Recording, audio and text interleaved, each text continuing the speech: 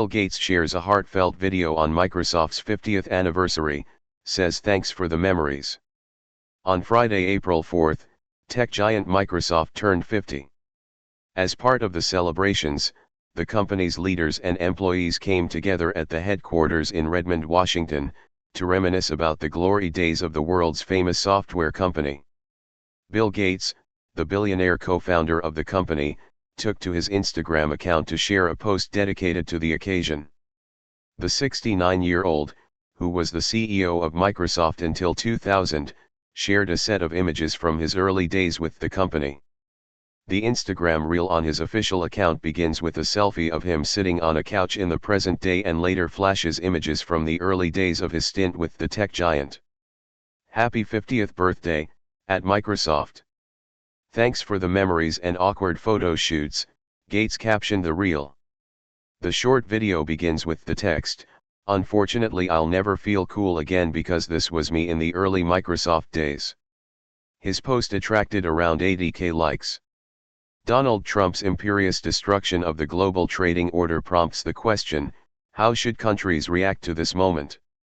In India, there is a viewpoint that wants to convert this moment into an opportunity by placating Trump.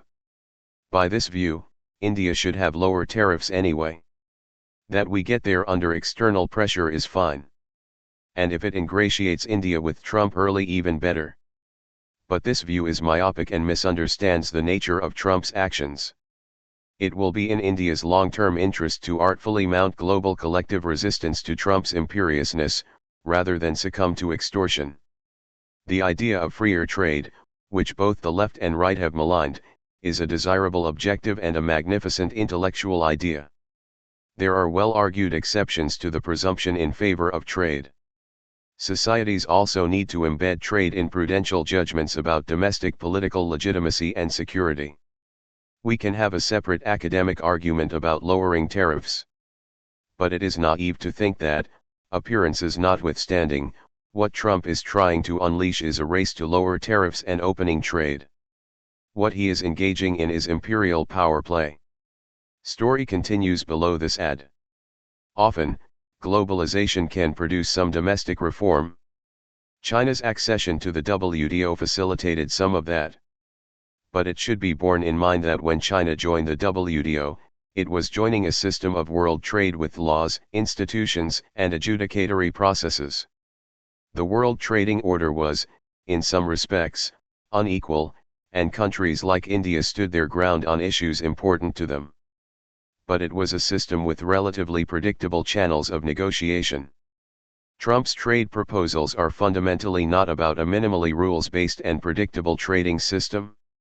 When Trump says he is aiming at reciprocal tariffs, it might sound like that, but it is anything but. Laws or rules, by their very nature, are enabling or constraining devices.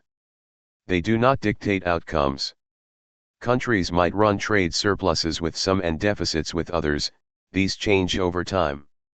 Trump's tariffs are not about tariff reciprocity, they are about balancing trade on a bilateral basis, which is an absurd idea. Even if you end up with reciprocal tariffs, Trump will up the ante on volumes on balancing and so forth, as the tariffs imposed on ISR.